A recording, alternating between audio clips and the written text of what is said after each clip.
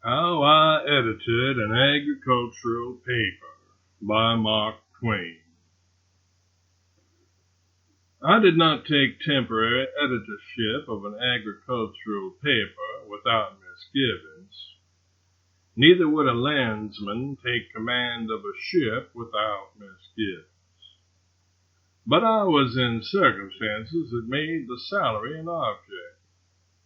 The regular editor of the paper was going off for a holiday, and I accepted the terms he offered and took his place.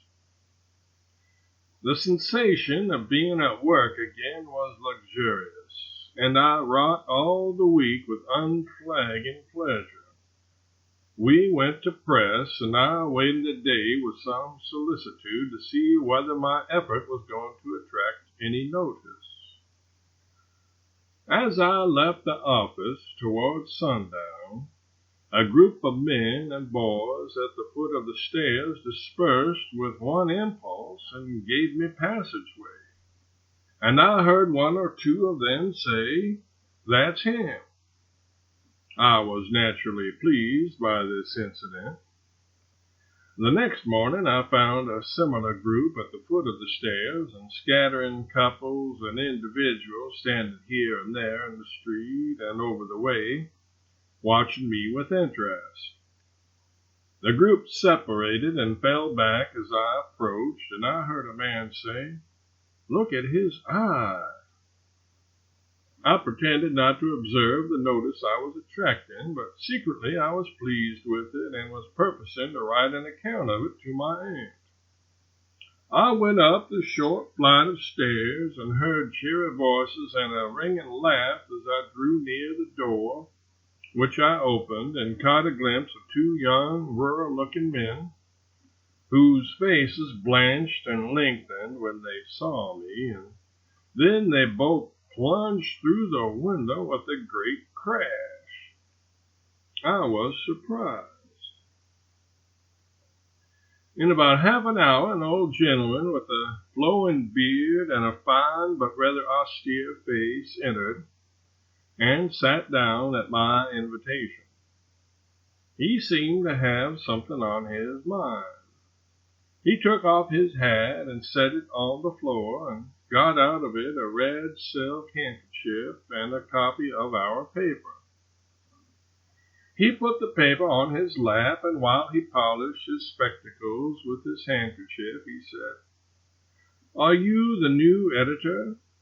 I said I was. "Have you ever edited an agricultural paper before?"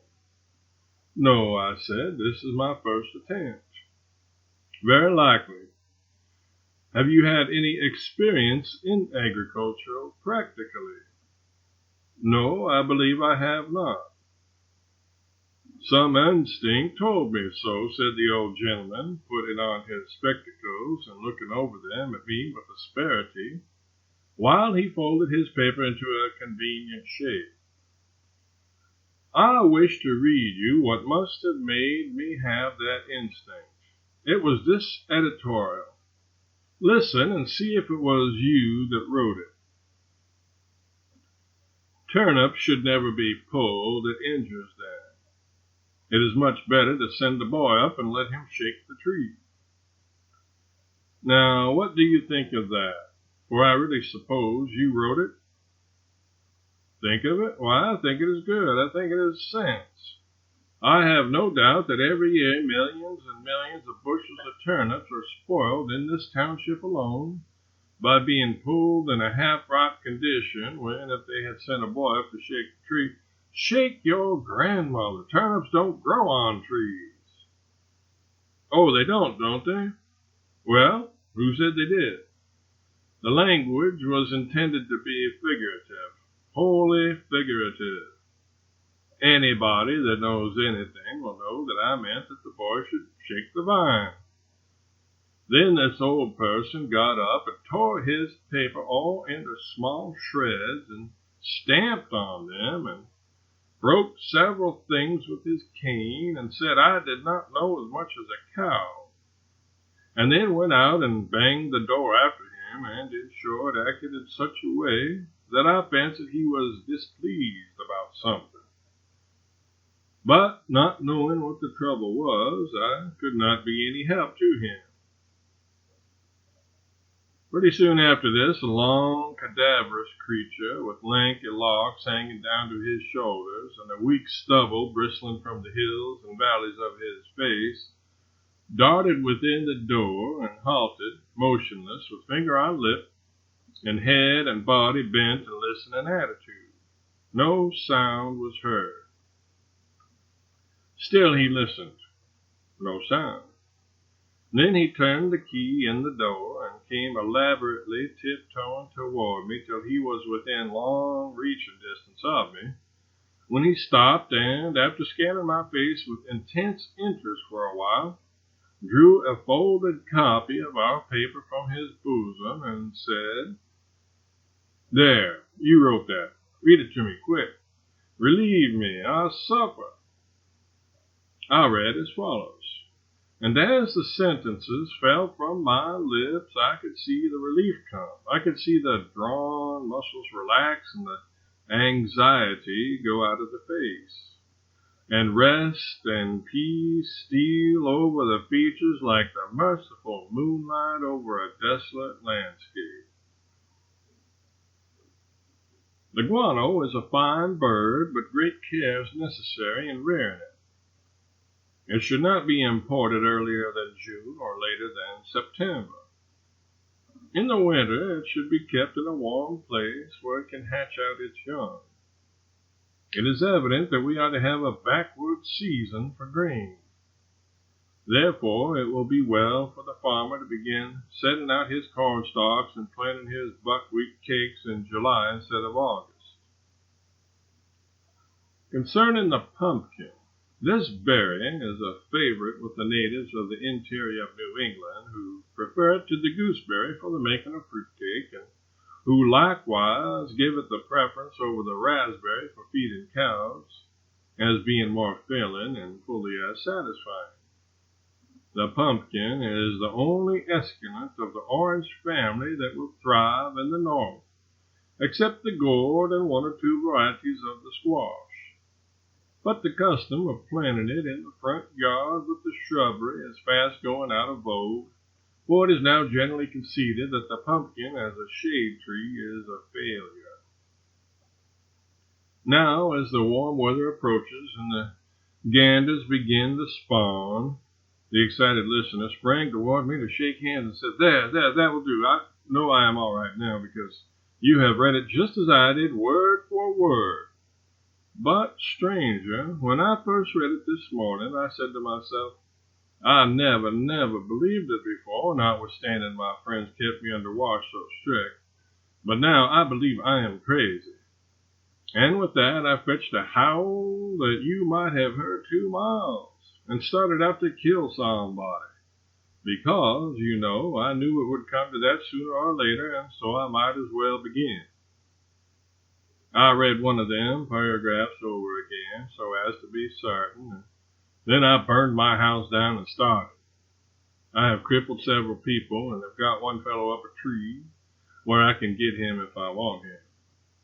But I thought I would call in here as I passed along and make the thing perfectly certain.